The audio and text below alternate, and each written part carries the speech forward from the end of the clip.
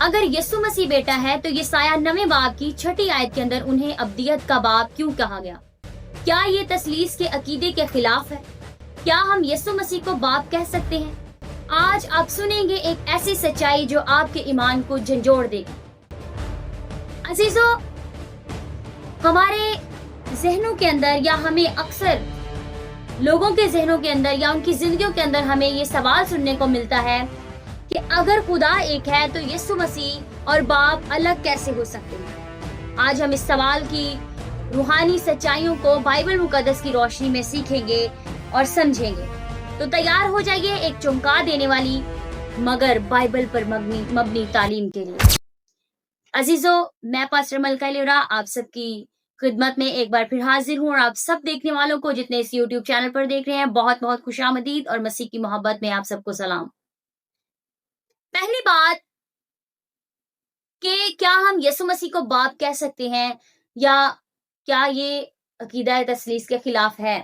تو پہلی بات ہم سیکھتے ہیں کہ بائبل مقدس میں تثلیث کی بنیاد کیا ہے یا بائبل مقدس اس کے بارے میں کیا کہتی ہے۔ تو آئیے میرے ساتھ نکالیے استثنا کی کتاب، اس کا 6 باب اور اس کی 4 آیت کے اندر کیا لکھا ہے ہم پڑھتے ہیں۔ وہاں پر لکھا ہے، سن اے اسرائیل، خداوند ہمارا خدا ایک ہی خداوند ہے۔ لکھا ہے کہ وہ ایک ہی خدا ہے، لیکن میرے عزیزو، اس ایک خدا کے اندر 3 اقنوم ظاہر ہوتے ہیں۔ اس ایک خدا کے اندر 3 اقنوم پائے جاتے ہیں یا 3 اقانیم ہیں اس کے اندر۔ پہلا فادر، باپ، دوسرا بیٹا، سن، اور تیسرا پاک روح، ہولی اسپرٹ۔ اور یہ تینوں اقنوم الگ الگ شخصیت کے مالک ہیں، یہ اپنی الگ الگ شخصیت رکھتے ہیں، لیکن یہ تینوں جوہر میں ایک ہی ہیں۔ ان تینوں کے کام ایک جیسے ہیں، ان کی فطرت ایک جیسی ہے۔ آپ سمجھیں اس کو یوں سمجھیں کہ جیسے یہ ایک ٹرائی اینگل ہے، اور اس ٹرائی اینگل کے 3 کنارے آپ کو نظر آ رہے ہیں، جیسے ایک خدا باپ، خدا بیٹا اور خدا روح القدس۔ جیسے خدا باپ، خدا بیٹا اور خدا روح القدس نہیں ہو سکتا، ویسے خدا بیٹا، خدا باپ، خدا روح القدس نہیں ہو سکتا، اور اسی طرح روح القدس بھی خدا بیٹا اور خدا باپ نہیں ہو سکتا۔ یہ تینوں اپنی الگ الگ شخصیات رکھتے ہیں، لیکن یہ تینوں جوہر میں ایک ہی ہیں، ان کی ماہیت ایک ہے۔ اب متی کی انجیل کے اندر ان تینوں اقانیم کا اکٹھا ذکر ہمیں ملتا ہے۔ متی کی انجیل کے 28ویں باب کے اندر ہم چلتے ہیں، وہاں پر لکھا ہے، متی کی انجیل کے 28ویں باب کی 19ویں آیت کے اندر لکھا ہے، 28ویں باب کی 19ویں آیت میں لکھا ہے، پس تم جا کر سب قوموں کو شاگرد بناؤ اور ان کو باپ اور بیٹے اور روح القدس کے نام سے بپتسمہ دو۔ جب وہاں پر بات کی جا رہی ہے بپتسمہ لینے کی یا دینے کی، تو وہاں پر ہمیں تینوں اقانیم کا ذکر ہمیں ملتا ہے۔ تینوں اقانیم یہاں پر ہمیں اکٹھے ان کا ذکر جو ہے ہم دیکھ سکتے ہیں بائبل مقدس کے اندر۔ تو میرے عزیزو، خدا ایک ہے مگر وہ جوہر میں ایک ہی ہے، مگر اس کی شخصیات جو ہیں وہ الگ الگ ہیں، وہ 3 شخصیات ہیں علیحدہ علیحدہ۔ اب یسوع مسیح کو ابدیت کا باپ کیوں کہا گیا؟ یسایہ کی کتاب کے اندر چلتے ہیں، یسایہ کی کتاب کے 9 باب کی 6 آیت کو ہم پڑھتے ہیں۔ وہاں پر لکھا ہے کلام مقدس میں 6 آیت کو جب ہم پورا پڑھتے ہیں تو وہاں پر ہمیں ایک یسوع مسیح کے لیے ایک لقب استعمال کیا گیا ہے، ابدیت کا باپ۔ ہم شروع سے ہی پڑھ لیتے ہیں، آپ کو اچھے سے سمجھ آئے گی۔ یہاں پر لکھا ہے، اس لیے ہمارے لیے ایک لڑکا تولد ہوا اور ہم کو ایک بیٹا بخشا گیا، اور سلطنت اس کے کندھے پر ہوگی، اور اس کا نام عجیب، مشیر، خدائے قادر، ابدیت کا باپ، سلامتی کا شہزادہ ہوگا۔ اب یہاں پر یسوع مسیح کو ابدیت کا باپ کہا گیا ہے۔ کیوں کہا گیا ہے ابدیت کا باپ یسوع مسیح کو؟ کیا یسایہ نبی یسوع مسیح کو اقانیم میں باپ کہہ رہے تھے؟ نہیں، بلکہ یہاں پر یسوع مسیح کو ابدیت کا باپ کہنے کا مطلب یہ ہے کہ یسوع مسیح کی ذات میں، اس کی فطرت میں، اس کی نیچر میں وہ باپ جیسا ہے۔ کیسے؟ ہمارے تحفظ کے معاملے میں، ہمیں پروٹیکشن دینے کے معاملے میں، ہماری حفاظت اور رہنمائی کرنے اور ہم سے محبت کرنے میں اس کو بیان کیا گیا ہے کہ وہ باپ ہے۔ ابدیت کا۔ یسوع مسیح روحانی باپ کی مانند ہمیں محبت کرتا ہے، اس کی صفات باپ جیسی ہیں۔ یوحنا کی انجیل کے 10ویں باب کی 28ویں آیت کے اندر وہ ہماری حفاظت کرتا ہے۔ آئیے چلتے ہیں یوحنا 10ویں باب کی 28ویں آیت کو پڑھتے ہیں۔ وہاں پر لکھا ہے، اور میں انہیں ہمیشہ کی زندگی بخشتا ہوں اور وہ ابد تک کبھی ہلاک نہ ہوں گی اور کوئی انہیں میرے ہاتھ سے چھین نہ لے گا۔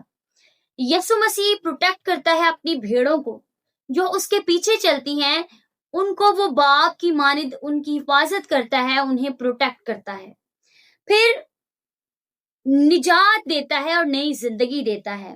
یوحنا کی انجیل کے اندر ہی اس کے 3 باب کی 3 آیت کو ہم پڑھتے ہیں تو وہاں پر لکھا ہے، یسوع نے جواب میں اس سے کہا کہ میں تجھ سے سچ کہتا ہوں کہ جب تک کوئی نئے سرے سے پیدا نہ ہو وہ خدا کی بادشاہی کو دیکھ نہیں سکتا۔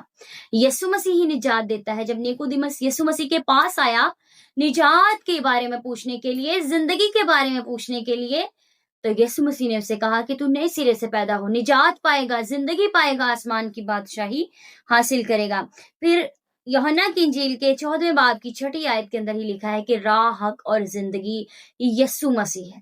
وہی زندگی دیتا ہے اور کثرت کی زندگی دیتا ہے اور پروٹیکٹ بھی کرتا ہے، حفاظت بھی کرتا ہے۔ تو یسوع مسیح کی صفات جب روحانی باپ کی جیسی ہیں تو اس کا مطلب یہ نہیں کہ وہ تثلیث کے حساب سے بھی ہمارے باپ ہیں، نہیں، بلکہ تثلیث میں اقنوم کے حساب سے یسوع مسیح بیٹا ہی ہے۔ گو کہ وہ ہمیں روحانی باپ کی صفات اس کے اندر پائی جاتی ہیں تو ہم اسے روحانی طور پر اپنا باپ کہہ سکتے ہیں، لیکن تثلیث کے لحاظ سے یسوع مسیح خدا بیٹا ہی ہے، وہ ہم اس کو خدا باپ نہیں کہہ سکتے، کیونکہ تثلیث کے اندر وہ اپنا ایک الگ مقام رکھتے ہیں۔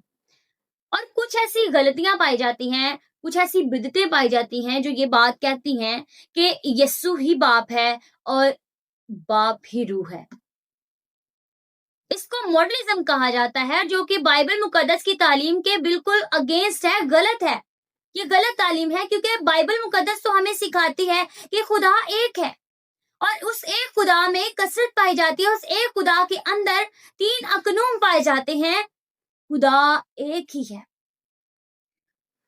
اور بائبل مقدس کے اندر ہی یوحنا کی انجیل کے 1 باب کی 1 آیت کو جب ہم پڑھتے ہیں تو وہاں پر ہمیں یہ ملتا ہے کہ باپ اور کلمہ ایک ہی تھے۔ پھر یوحنا 17 باب کی 5ویں آیت کو جب ہم پڑھتے ہیں تو وہاں پر لکھا ہے، اور اب اے باپ تو اس جلال سے جو میں دنیا کی پیدائش سے پیشتر تیرے ساتھ رکھتا تھا مجھے اپنے ساتھ جلالی بنا دے۔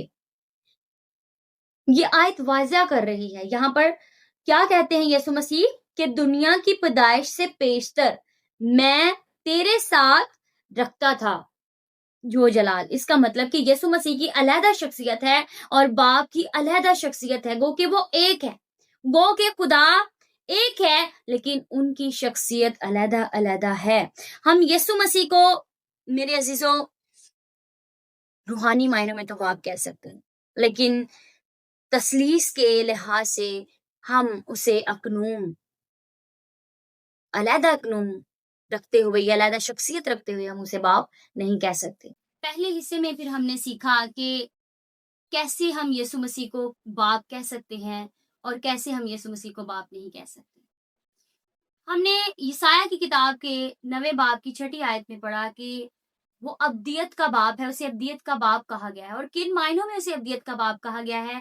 اس کی محبت، اس کی شفقت، اس کے رحم، اس کی مہربانی اور اس کی رہنمائی میں، ان معنوں میں اسے ہم روحانی باپ کہہ سکتے ہیں۔ ہم نے ان باتوں کو سیکھا، لیکن بائبل مقدس میں ہمیں یہ بھی بتایا گیا ہے، بائبل مقدس ہمیں یہ بھی سکھاتی ہے ایک اور بات کہ یسوع مسیح ہمارا بڑا بھائی ہے۔ آئیے چلتے ہیں ہم رومیوں کے خط کے اندر اس کے 8ویں باب کی 29ویں آیت کو پڑھتے ہیں تو وہاں پر لکھا ہے، کیونکہ جن کو اس نے پہلے سے جانا ان کو پہلے سے مقرر بھی کیا کہ اس کے بیٹے کے ہم شکل ہوں، تاکہ وہ بہت سے بھائیوں میں پہلوٹا ٹھہرے۔ اب بائبل مقدس بیان کرتی ہے کہ یسوع مسیح ہمارا بڑا بھائی ہے، وہ پہلوٹا ہے،